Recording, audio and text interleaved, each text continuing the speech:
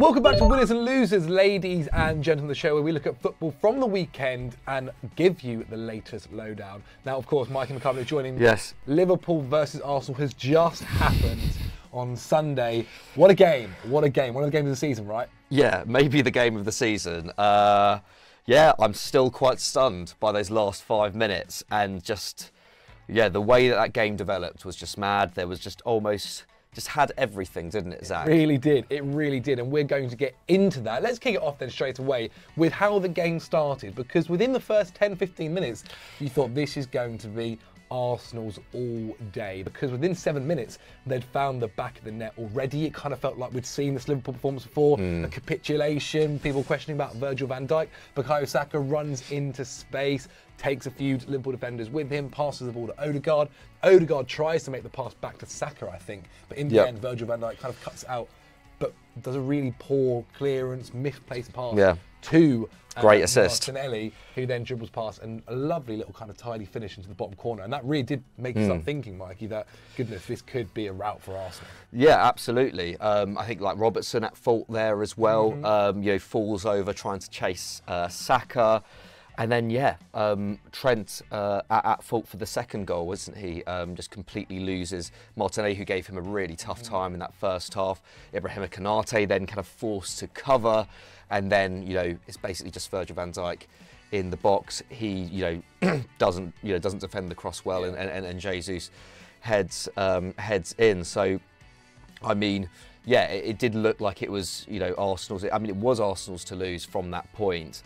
And it looked like a little bit of a schooling. But as that first half wore on, Liverpool did, you know, they were creating chances. Robertson, you know, missed a gilt-edged chance from the angle, didn't he? And then, yeah, it all kind of went a little bit mad after Granit Xhaka and Trent Alexander-Arnold had that exchange in the box. Yes.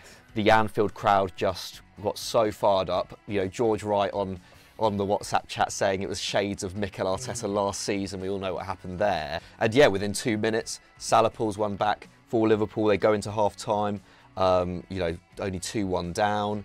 And yeah, the game felt like it just kind of turned on its head a bit. Yeah. And from then on, it was pretty much Liverpool dominance, wasn't it? Well, it's not really that much of a surprise, really, when you consider that no Premier League fixture has produced more goals than this one, 180. Apparently 5 of those came back in their meeting in October. But you're right, that really was the turning point. It felt like Arsenal done a pretty good job, actually, keeping the Anfield crowd quite quiet. Yeah. We know how much Liverpool thrive off of kind of the home support that they have. We saw that, obviously, when they faced Manchester United, and they really made that into their own... used it for their own benefit, let's say.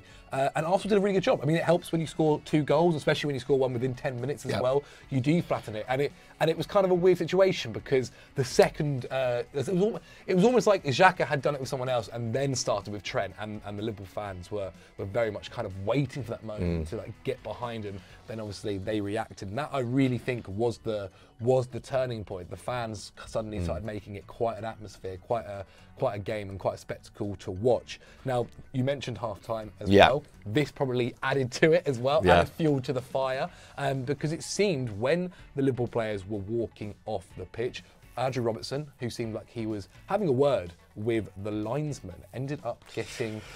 Yeah, elbowed. That's what it looked like. I mean, that is what it looked like. We can't really, you know, for certain reasons, we can't say that he definitely did mean to elbow him. This is Konstantin Hatzidakis, the assistant referee, but it looked like he elbowed him. It did look like he elbowed him, and I do worry a little bit that tension between players and officials is delving into a slightly dangerous area. We obviously had the Mitrovic incident a few weeks ago. We've now had this. And I do worry, you know, it's like last season, you know, towards the end of last season, where there were kind of increasing amounts of pressure. Or was it last season or the season before? No, it was last season when there was just increasing amounts of kind of fan violence and pitch invasions and stuff. I don't think this is, you know, hopefully, you know, isn't going to escalate to that kind of thing. But I do worry. I think it is worrying when there's that kind of the physical barrier between players and refs gets broken. And yeah, let's just hope that this incident is cleared up. The PGMOL are going to be investigating it. They say they're investigating it right now. Be interested to see what conclusion they come to from that. But it was another thing, as I mentioned, that added fuel to that fire that really then got them out. You saw them warming up after the second half, and we kind of looked at each other and was like, Robertson. He looked. Well, apparently, was it Jeff Shreves who was on the sideline said he was completely bemused. He was almost like in shock at what had happened, which you would be, wouldn't you? You just don't expect that at all. But yeah, like Liverpool carried that far into the second half.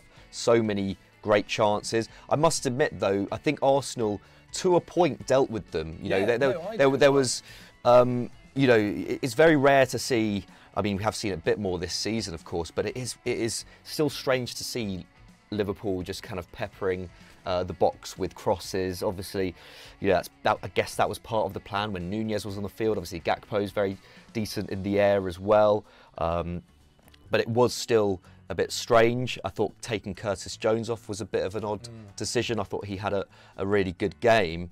But yeah, in those final 10 minutes, yeah, like it just felt like only a matter of time, didn't it? Well, just before that as well, they had the penalty. Yeah, of course. They had the penalty. Mohamed Salah steps up again, taken one against Bournemouth when they were 1-0 down.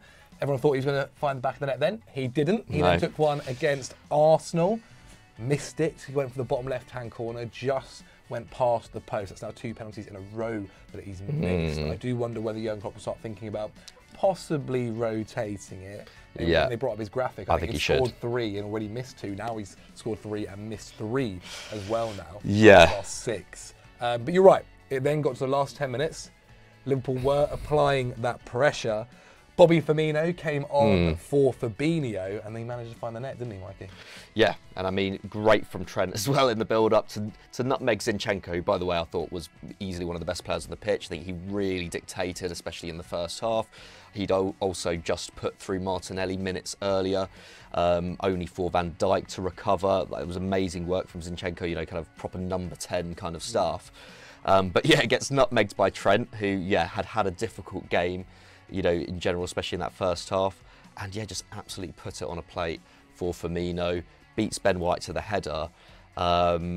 And yeah, I mean, just it felt like it was yeah, I think it was, you know, it was definitely deserved. I mean, the end of the game, Liverpool had, according to Infogol, 4.43 xG, which is just madness against, you know, an Arsenal team that is this good, against an Arsenal team that was dominating, you know, in those first 25 minutes.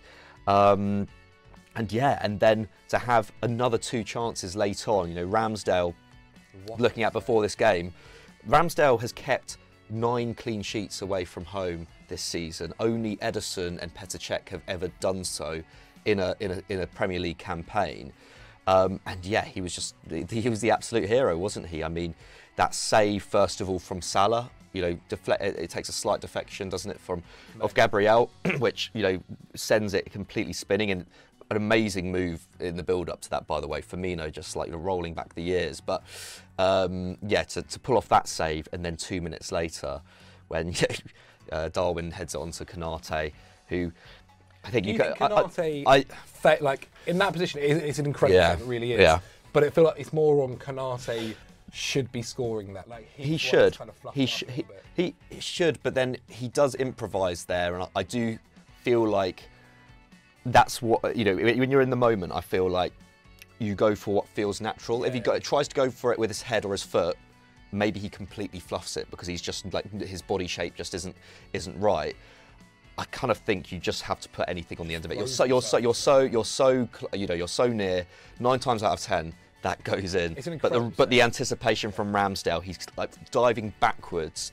Yeah, just absolutely amazing. And yeah, I mean, those 2 saves could win Arsenal the league, but equally that second half performance could lose them the league, because I mean, next 2 games fairly favourable. They've got West Ham away and then Southampton at home, but then it's Man City. They're only 3 points ahead now, and Man City have that game in hand. They have about 5 goals on them, on goal difference, more or less.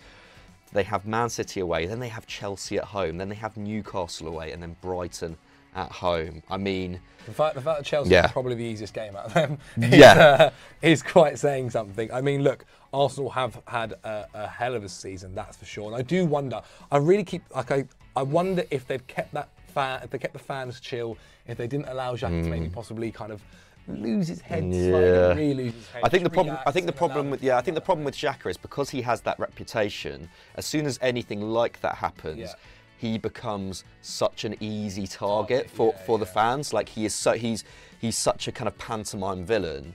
And you know, you saw that Canate challenge on him early in the second half. You know, like what a way to get the crowd going. You know, with a crunching challenge like that, almost unnecessary because Xhaka doesn't take a very good touch in the build-up. But yeah, like he's a very easy player to target in that sense and to become like that kind of villain. But yeah, I mean, I think Arsenal's record at Anfield going into this was really bad. You know, they haven't won there still since 2012, which was only a year into Mikel Arteta's playing career at the club. Like it is a tough place to go, Anfield. Like I think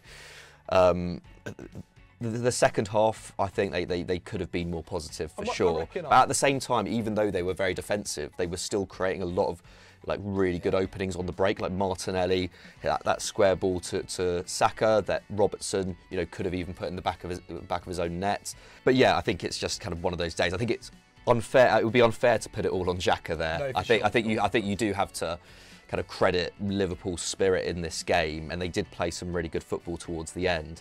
But yeah, just goes to show it is really tough, and this Arsenal team do still have their flaws. Well, obviously, they are now a game ahead of Manchester City. There's 6 points between Man City and Arsenal. Obviously, Man City have a game in hand. They also have to face each other as well, which could determine those other 6 points if Man City also win their game in hand. It is really hotting up at the top of the table. Be very interested to hear Mikel Arteta's thoughts and whether he thinks that's maybe a 3 points lost or maybe just 1 point gained, depending on how the game obviously flipped during it. But guys, there we have it. I hope you guys have enjoyed. That was our looking back at Liverpool versus Arsenal. What a game. Let us know in the comments what you thought of the incidents. Do you think Arsenal maybe failed to kind of control the crowd eventually? But look, it's Anfield. It's always going to get lively, I guess. Let us know in the comments below. If you've enjoyed the video, click on screen right now for some more Football Day content. And as always, guys, don't forget to like and subscribe.